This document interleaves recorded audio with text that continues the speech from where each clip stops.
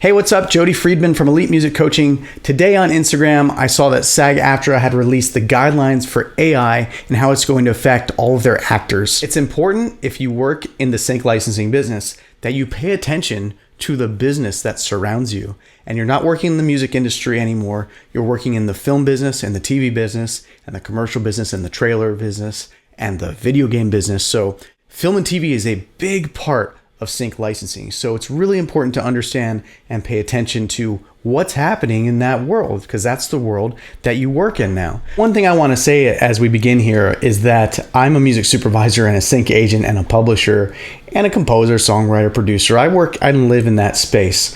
I dabble in following what's going on with the actors because it surrounds what I do, but I'm no expert when it comes to Sag-Aftra. So I'm going to walk you through this based on my understanding of how it works. My son is an actor, so we do work in the business with him on that side of things. But if you understand something differently, or if I misinterpret something, feel free to drop it down in the comments. If you're a member of Sag-Aftra and you have thoughts on some things that we're going through here, this is a fair place to share those thoughts. Be polite. Let's not be rude. Let's have a nice discussion about it. That's what this platform is for. So let's break down and analyze all of the points that Sag-Aftra shared with us today on Instagram. It says regulating AI in the 2023 TV theatrical contract, part 1. Employment-based digital replica. This defines what that means. It's created during a performer's employment with their physical participation, and it's used to portray the performer in scenes they didn't actually shoot. Okay, now this is obviously for actors, this can be detrimental. This means that you can show up to work for one day and they can scan your likeness and send you home and then use you in other projects and in this project multiple times without having to pay you. That's where all this was stemming from, these negotiations. Some of those terms have changed, so you'll find out more as we dive in here. So let's keep going. Mandatory consent from the performers is required for creating and using their digital replicas. Okay, let's talk about that for a moment. Actors, just like musicians, put so much time into their craft. They practice, they audition, they practice, they audition. All this time is unpaid time. They're doing it because they love what they do. So when a job presents itself, when you've been chosen out of hundreds or thousands of other actors for that job, it is a very difficult thing to say no to. It's just like a musician who's been chosen for a sync placement out of hundreds or thousands of other submissions. It's very hard to say no. So this clause that requires their consent, while it's good, the producers know that they're likely going to agree to it anyway. That's my take on it, for what it's worth. Consent not obtained before death must be obtained from an authorized representative or the union. Okay, if an actor is passed on, which happens all the time, we hear about it in the news, this means that consent is required from an authorized representative. That could be someone from their estate, could be their heirs, or if there is no one, it's required from the union. The union can consent, in theory, on behalf of actors that are deceased. When somebody passes, even with copyright, it goes to their estate and their heirs are then approving licenses. That's pretty standard. They're required to have clear contracts with a reasonably specific description of the use and additional consent requirements for use in additional projects. Now, this is big. I don't know for sure, but I would suspect that this was a real sticking point that went in the favor of Sag-Aftra, because initially the discussion was they could scan someone's likeness for this show and then use it in other shows. So Sag-Aftra put the protections in place to protect their actors and say, no, we can compromise here. You can scan their likeness with their consent for this show, but you can't use it in another project without their consent. So that's a really big win, I think, for the actors. Let's keep going. Performers are generally entitled to compensation, including pension and health contributions, for the creation and use of their replicas, and for their use in additional projects or other mediums. Residuals will also be paid for any use that would normally generate residuals. I think this is pretty standard. If there's a creation and use of their replicas or use in additional projects, then they're entitled to compensation, right? It's kind of vague what they're saying here. I'm sure there's more details in the contract, but let's keep going.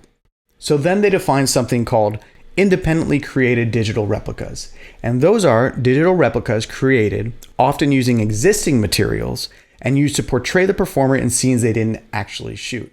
So that's like grabbing materials from one project and then using that likeness to portray that performer in other projects. That's what they're calling an independently created digital replica. For those, producers are obligated to obtain consent prior to use from the performer. So prior to using something where you didn't show up to work, the producers are obligated to reach out to you and get your consent. And consent not obtained before death must be obtained from an authorized representative or the union. We already covered that. It's very similar here. Clear contracts with a reasonably specific description of use have to apply. The same thing here with this ICDRs. Any compensation paid to the performer for use of the independently created digital replica will be subject to pension or retirement and health contributions. Now that's a good thing. That means that if they do this ICDR thing, then that you're going to get paid and subject to the typical pension and health contributions and compensation as a Sag-Aftra performer. All right, let's check out the second post from today. Digital replication. A background actor's digital replica is a digital version of a background actor's voice or likeness made with the actor physically present for scenes that they didn't actually film. Notification must be sent 48 hours in advance to create a digital replica or at a booking if less than 48 hours ahead. Oftentimes for jobs where actors are getting booked, they find out 24 hours beforehand, hey, we need you tomorrow, are you available? So that's why they put that stipulation in there, I believe. Clear and separate consent is required for the use of a background actor's digital replica in a movie. And in the case of deceased performers, their estate or union must consent. That's good news. So if they want to use your digital likeness in a movie, they can't just go ahead and do that. They have to get a separate consent for that. I bet Sag-Aftra fought pretty hard for that. Time spent creating a digital replica counts as work time and is paid accordingly. I assume they mean the time that you spend on set helping them create a digital replica of yourself counts as work time and is paid as standard work time. I don't think they mean the time that they spend creating the replica. If they do, I'd be curious to know and to see what that language looks like and how they're going to track that. But I suspect, the time for the graphic artist or the AI artist to create that is probably separate from the work time you get paid as an actor. If a background actor is called in just for replication, they get paid for the full day. That makes sense. If I'm called into work as a background actor and they scan my likeness and they send me home after 30 minutes, I get paid for a full day's work if I'm a Sag-Aftra actor. If the digital replica is used as a principal character, the actor gets paid a principal's rate for the estimated days they would have worked. So, if they scan you and they use you as a principal character and create multiple episodes, let's say, where you're not really there, but they're using you as a principal character, maybe you don't have lines, maybe you do, but you're going to get paid for the estimated days that you would have worked. The estimated days you would have worked. I don't know how they're going to estimate how long it would have taken you to shoot however many scenes you're in for the next 4 days, because for anyone that's been on a set, sets are usually, they have a schedule, but things happen, people get sick, they move things around. So how to estimate how long you would have been on set? A lot of times actors are waiting around in their green room, waiting to be called to set to shoot their scenes. Sometimes you'll go to work for a 12-hour day, 8-hour day, 12-hour day, and for 90% of the time, you're just waiting for them to call you as an actor to set to do the job. So that's going to be really interesting to see how they estimate the days that those principal characters would work. Replicas must not be used to meet the background counts for the day. So I wasn't sure what this meant because I just didn't know. So I looked it up and check it out.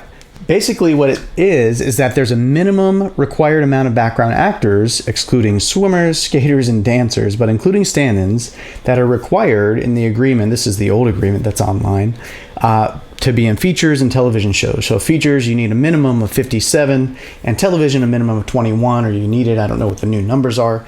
But what they're saying is that the digital replicas do not count towards that minimum. So that's a good thing. That means that whatever the minimum is, they still have to meet that minimum. And then once they're over that, they can use digital replicas. That's not a good thing for actors, but I think that's probably their compromise there. So, yeah. Replicas will also not be used to avoid the engagement of background actors. That's very vague. Okay. Clear and conspicuous consent must be obtained to digitally alter the performer's performance in previously recorded material, unless it remains substantially as scripted, performed, and/or recorded. That's kind of vague too. Clear and conspicuous consent must be obtained to alter the performer's performance in previously recorded material. That part makes sense, but it says unless it remains substantially as scripted, performed, and/or recorded. How do they measure substantially? So if there's a line that they want to change that you said, let's say you said, "Here's looking at you, kid," that line, "Here's looking at you, kid." And let's say they saw that and like, you know what would be great if he said, "Wow, here's looking at you, kid." Normally, they would call the actor back into the studio and they get paid to go in and say, and retrack it. "Wow, here's looking at you, kid." But what this is saying is that if it's substantially as scripted, performed, and/or recorded, they don't need consent. That's my interpretation of that. Could be wrong, but that's what that sounds like to me. Producers will provide a reasonably specific description of the intended alterations. If lip or facial movements are altered to make it look like a background actor is speaking and dialogue is added, they'll be upgraded as a day performer. So if you're hired for background and then they make your mouth move and they make you say some things, you're going to get hired as a day performer. That makes sense. Then they go on to define generative artificial intelligence, a subset of artificial intelligence that learns patterns from data and produces content based on those patterns, able to simulate a performer's voice, facial expressions, and movements to create entirely new content. Generative AI. If a producer plans to make a computer-generated character that has a main facial feature, like eyes, nose, mouth, or ears, that clearly looks like a real actor, and they use that actor's name and face to prompt the AI system to do this, they must first get permission from that actor and agree how this character will be used in the project. Producers must notify the union if they create synthetic performers and bargain over whether compensation or other consideration is appropriate. This is really good. That's a really good thing, I think, for actors. There will be regular meetings to discuss considerations for using any video and audio recordings made under these agreements to train AI systems. Regular meetings will cover current and future use of AI in projects and to make sure that AI does not create or reinforce any unfair biases.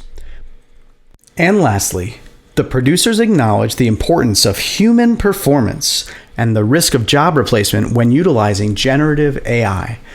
When my kids would fall off their bikes, scrape their knee, or injure themselves and get hurt, and they come crying to mom and dad, we would say to them, "I'm sorry that happened to you." I believe that's what this paragraph is for. They acknowledge the importance of human performance. They're sorry this is happening, but they're saying it's here to stay.